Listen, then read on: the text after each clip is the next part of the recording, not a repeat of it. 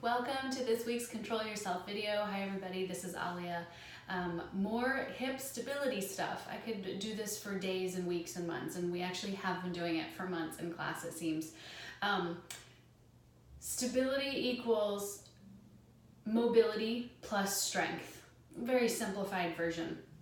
So what we're going to do, if you've been in class, you've been working on a lot of hip mobility. How does your pelvis move? How many ways can it move, and how many different poses can it move? How far can it move in each direction? How aware are you of its movements? And then of course there's hip strength. All the muscles around your hips and connecting your hips to your pelvis to your legs and your pelvis to your spine. All of that also needs to get strong so that you can control your movement. So one way to test this out is to create a wobbling situation. So, and if you'd like a little bit more about stability and what stability really is, you can read one of my blog posts on stability, which just gives you a better explanation of what stability is. It's not really about being still, it's about actually finding some movement. So there's more on that on the blog. So you'll take a blanket, and they're usually folded like this, or you can even use a pillow, so you're using any sort of soft, cushiony surface.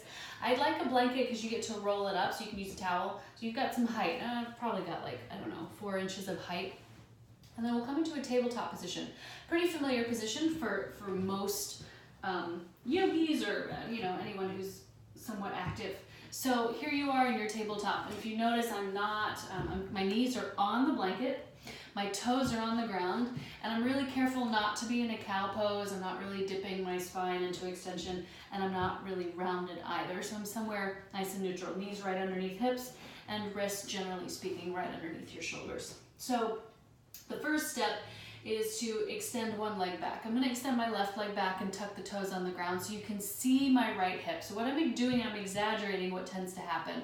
So the hip, as soon as you take one leg away, the hip sort of falls out to the side. This is super, super common and really easy to forget about. So as soon as you extend one leg back, take that opposite hip and you'll guide it back so that it sits right over that knee. And you'll notice a little more work happening, a little more solidity happening in that back extended leg when you make that hip adjustment on the other side.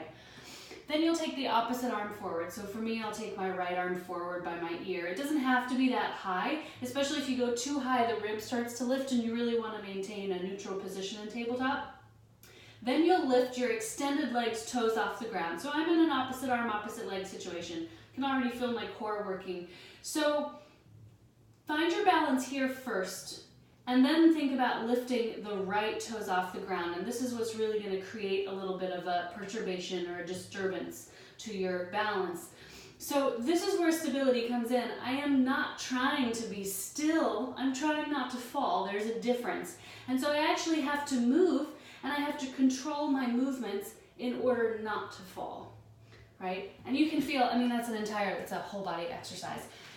Obviously there's shoulder stuff in there, but what's really interesting is how your hips have to move and how you have to be in control of that hip movement in order not to fall.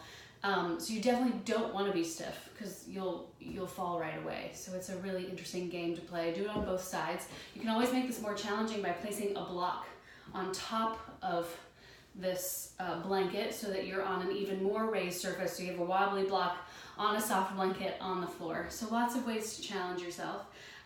Let me know how this goes. If you have any questions, let me know. Thanks.